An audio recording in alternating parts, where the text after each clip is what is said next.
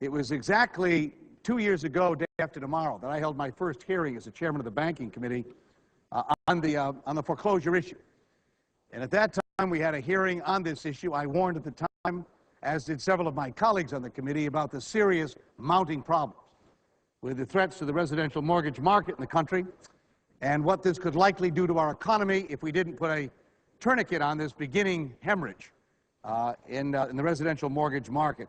At that time, Martin Eakes, who's president and CEO of the Self-Help Credit Union and the Center for Responsible Lending, predicted at that hearing, Mr. President, there would be over 2 million foreclosures in the United States. This was in February of 2007. The reaction from the Mortgage Bankers Association and other industry groups was immediate and definitive that day. No way, they said. They accused Mr. Eakes of crying wolf and exaggerating the problem. But, Mr. President, the industry was half right. Mr. Eakes and the consumer advocates were very wrong. We weren't facing 2 million foreclosures. We now know we're facing 8 million foreclosures 2 years later. And of course, we're all painfully aware of the condition of our economy today, the worst since the Great Depression, going back 80 years, and unfortunately getting worse every day.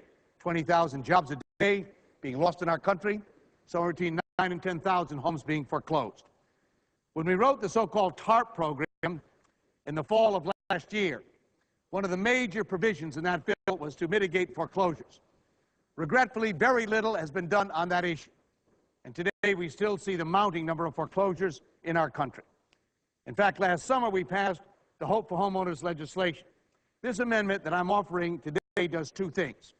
One, it makes it possible for the Hope for Homeowners bill to work better than we had intended it would back in July, by eliminating several provisions in that bill, or at least modifying them, including lowering the future equity that homeowners must share with the government from 50% to 25% of the original price, reduce the upfront and annual premiums charged to borrowers under that program, provide incentive payments to servicers to participate in the program, and allow for bulk sales of mortgages at discounts to promote a higher volume of loan modifications.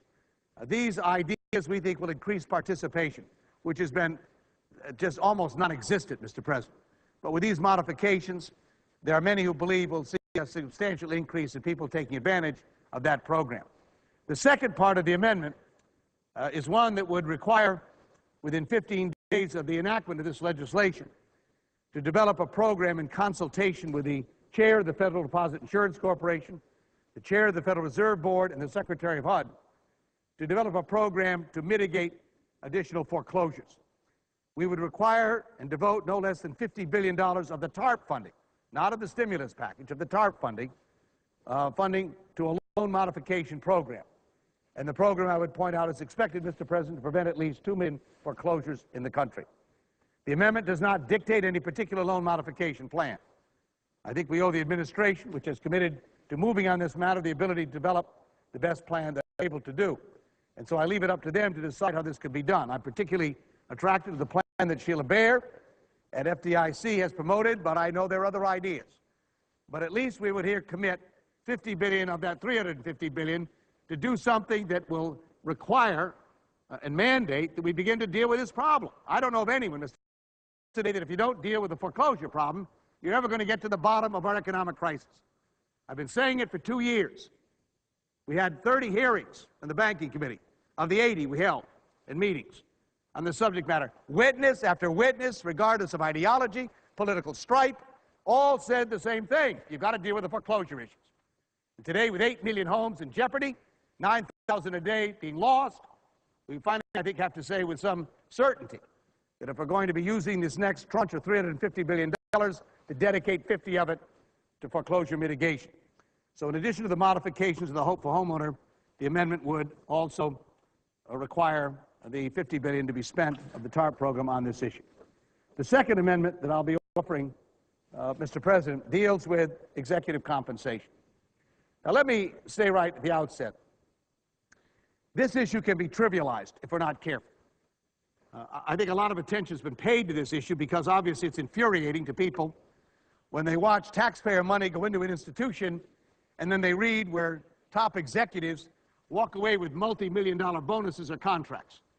It absolutely is, it is more than infuriating to people when they read about it. and hear about it. The problem is that if you don't do something about this, we're never going to be able to build the confidence and optimism that people need to feel about the larger part of this program. And so a tremendous amount of heat and understandable anger is focused on executive compensation.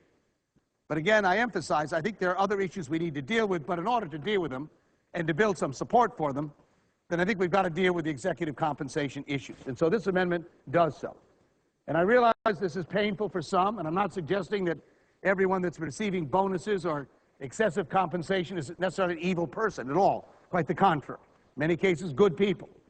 But there needs to be a sense of reality that if you're literally dumping billions of dollars into these institutions to try and save them, when in many cases the very people that mismanage these operations are walking away with millions of dollars in compensation, you can begin to understand why people are so angry in this country. So let me describe just a few of the major provisions regarding this.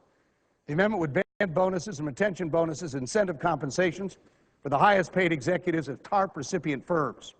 It would authorize the Secretary of the Treasury to increase that number of executives ineligible for such compensation if it deems to be in the public interest. Secondly, this amendment is not only about prospective TARP recipients, it also requires the Secretary of the Treasury to conduct a retroactive review of past bonus awards, retention awards, and other compensation that TARP recipients paid employees. If the Secretary determines that any payments were excessive, inconsistent with the purposes of TARP, or otherwise contrary to public interest, the amendment directs the Treasury to try to negotiate a reimbursement to the American taxpayer. Currently, shareholders of public companies may initiate and offer proposals on executive compensation, but it takes an initiative by the shareholders.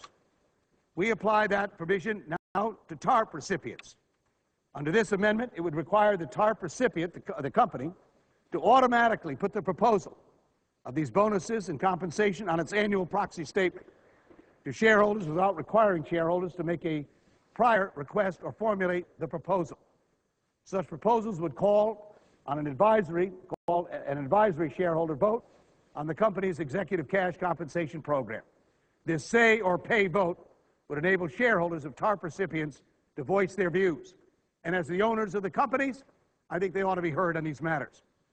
Thirdly, under the Emergency Economic Stabilization Act, we included a clawback requirement, which allows the TARP to recover any bonuses or incentive compensation paid to an executive based on reported earnings or other criteria later found to be materially inaccurate.